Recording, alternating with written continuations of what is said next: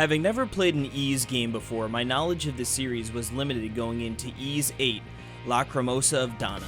I knew the original game had featured a combat where damage was dealt by simply running into enemies, but figured having been nearly 2 decades that it'd be drastically different.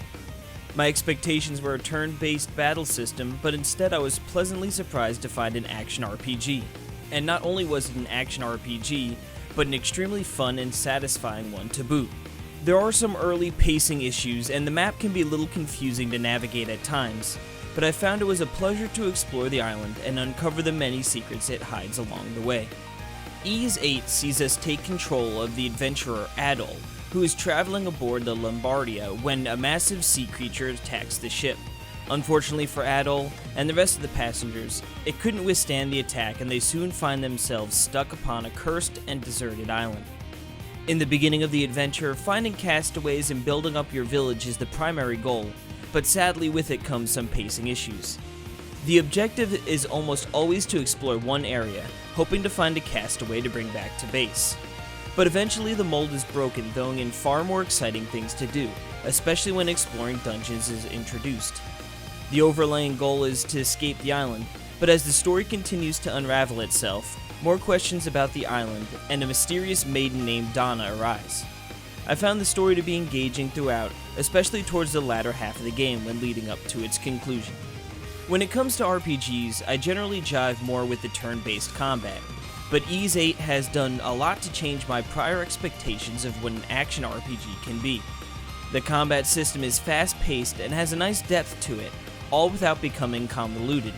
Normal attacks are done by pressing A, and attack styles vary widely based on the character that's being used. These attacks help to build SP, which is vital to your success in battle.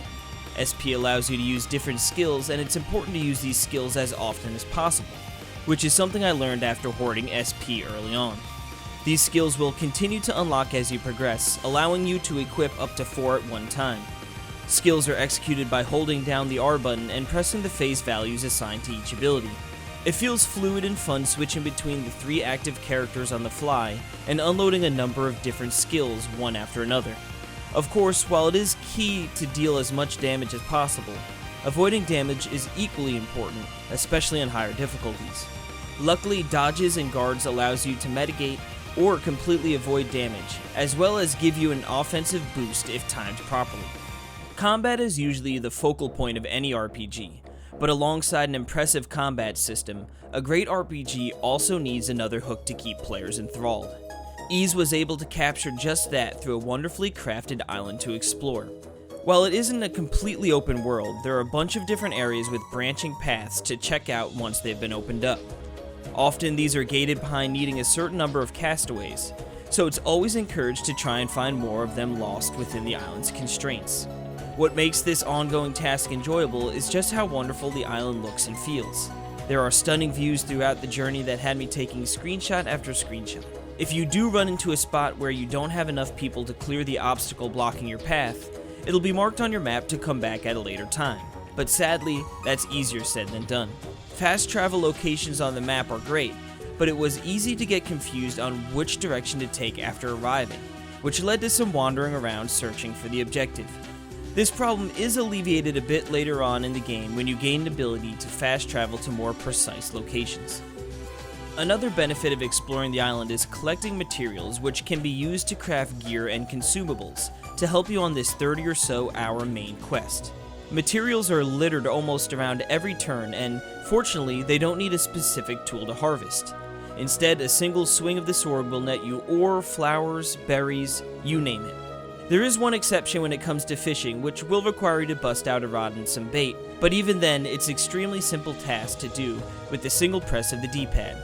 With all the materials, you can head back to Castaway Village and forge new weapons, armors, potions, and even cook up dishes that will not only restore health, but give buffs for certain durations.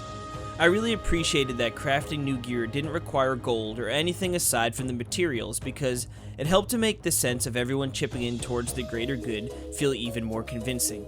Castaways will also have side quests for you to complete when you need a break from the main action, which will net you rewards and improved relationships within the village.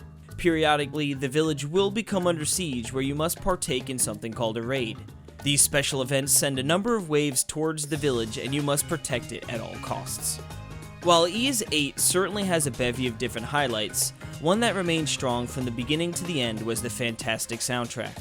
Whether it was a touching moment between characters, exploring unknown lands, or getting caught up in an intense boss battle, the composers put forth the perfect tune to match the moment. The voice acting, while not as wonderful as the music, does a competent job. Characters were unique and well designed, but I found what stood out the most was the excellent boss designs, which almost always left me with a grin on my face. The world is equally as beautiful, however there were times when textures were a bit jarring. The game runs well in both docked and handheld modes, but I noticed it overall looked better while docked. Ys 8 Lacrimosa of Dana was my first experience with the Ys universe, and despite the goal of making it off the island, I found myself wishing I hadn't left at all. What at first was my biggest concern, the action opposed to turn-based combat, turned out to be what I found the most enduring throughout the game. In addition to an interesting story, setting, and a truly wonderful score, I couldn't help but walk away singing its praises.